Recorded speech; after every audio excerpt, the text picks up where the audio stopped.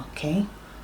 Hi, welcome back once again to Mommy's Yum. If you are new here, my name is Chioma and this is Mommy's Yum. So today I'm going to be talking about school lunch and top tips for packing your child's school lunch. A lot of people out there that are always asking questions about how they will pack their child's lunchbox, what they can put in their child's lunchbox, and a whole lot of those questions.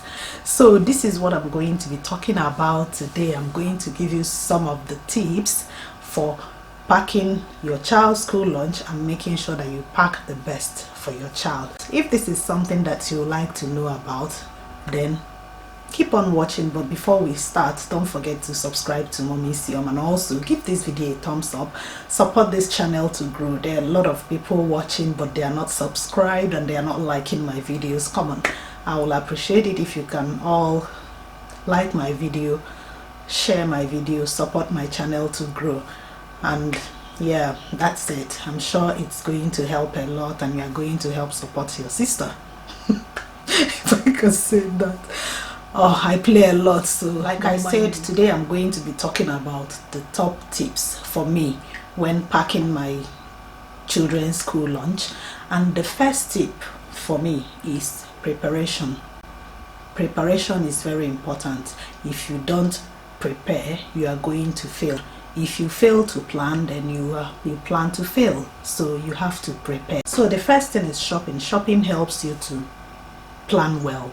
It helps you to have things at hand, especially the basic things. There are cupboard essentials that you need to have at hand every time so that you can easily make up a meal for your child.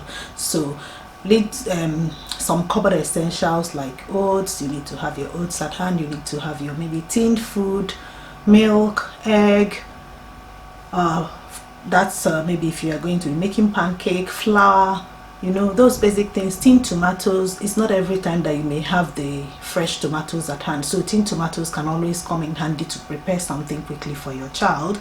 And a lot of maybe other foods and stuff you can buy and put in the freezer are always good. So you have to shop, and then after shopping, including fresh foods, yeah, you can shop fresh foods and put in the freezer. You know, you can freeze your bread. If you cannot buy fresh bread every time, if you want to be making sandwich for your child, you can buy bread, freeze it, and then it doesn't take up to 20 minutes to thaw if you want to even use it in the morning or something.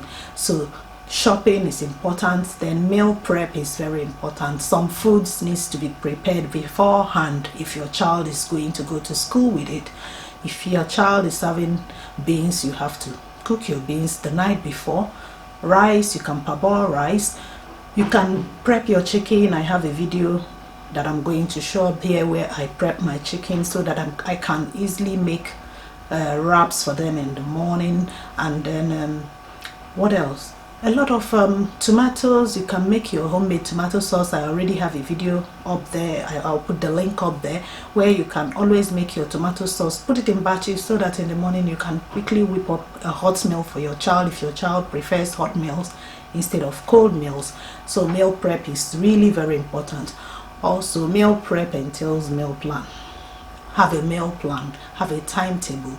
If you already know what you're going to prepare for your child with a meal plan there, it makes it easy for you to know whether the ingredients are there or whether to substitute. Okay, and when making your meal plan, it's also good to involve your child or your children. It helps them, it makes them even like whatever you are going to give them because they are more involved and planned in whatever they are going to take for their school lunch. So have a meal timetable, lunchbox timetable.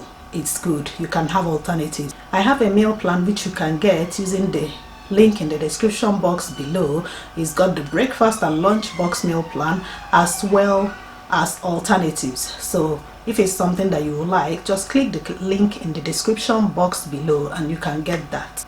So my second tip for packing my children's school lunch box is that I put foods that they know. I don't experiment. Now, when giving your child food, the food you are giving them to go to school with is not the one that they haven't eaten before, because what it will do is that they might go, if they don't like that food, when they get to school they are not going to eat, and that means they go hungry. Okay, so don't experiment with their food. Put something that they know, put the foods that they've already tried.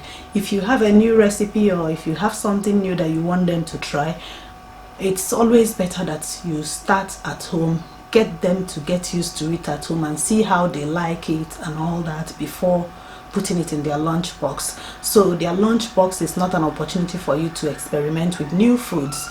It is only when they're at home that you can do that. Okay, now the third tip, this is especially good for toddlers. Always chop up their food. Children can be quite lazy when it comes to food. They don't want anything that looks big. Once it looks big, it might put them off. So if you are putting food for them, which are especially finger foods, cut them up into small pieces so that they can easily pick it up and eat. Okay, so things like fruits and vegetables can be cut into stripes or cubes and all that. Also, if you are giving them something like yam and potatoes, always cut them into quarters. Don't put a whole big, like how we eat our yam, put a whole big slice of yam and expect your child to be cutting it themselves there at school. Sometimes it can put them off, and also not only will it put them off, maybe in the process of cutting it they might spill it or it might stain their clothes and all that. So chopping their food is always a good idea, especially when they are going out of the house, when they are going to school, I mean. Okay, if they're at home, you can give it to them. You are there to supervise and watch, and you can help and support them. But there in school, the teachers cannot be with them all the time. There are a lot of children in school, so the teachers cannot do everything. So you need to do things to help and support, make your child eat properly at school so that they can perform optimally. Another tip is in terms of separation. I've talked about this in a previous video about selecting the right lunchbox for your child. If you haven't watched that video, it's always good to separate the children's food in compartments. It helps to keep the food appealing in their eyes. Okay, so it's always good to get different compartments. If you don't have a lunch box that has different compartments, you can use other things. You can use tiny containers, you can use cupcake cases. There are a lot of things you can improvise. You don't have to go and start buying new lunch boxes if you don't have that. Try and improvise. I'm going to do a video on a lot of things, how you can improvise with things that you have in your house so that you can manage your budget and still give your child the best. So this tip is about separating the foods. And when I'm talking about separating the foods, I'll also talk about the kind of food you put in for your children. For me personally, I wouldn't like to put foods that are prone to spilling for my children, especially the young ones, even the older ones. So instead of putting rice and stew for my child, I'll rather make jollof rice.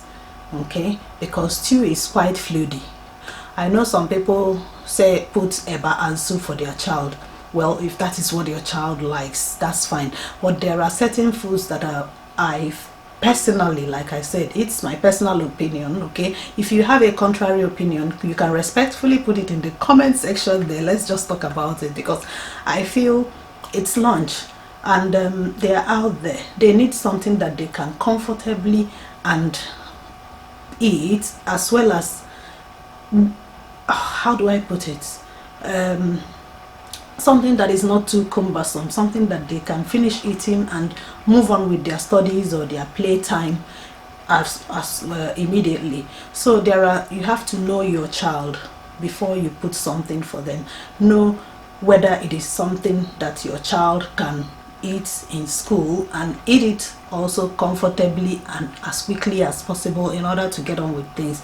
So using my example of eba and soup, for people that give their children eba and soup, which, well, if that is what your child likes, you have to know whether your child is a fast eater at home, or if your child is a slow eater at home. Is this something they can finish properly when you give it to them out there, or is this something that they will just take their time and their lunch time is over and they are more or less left hungry because they were not able to finish their food? So know your child, know the kind of food that they can eat quickly.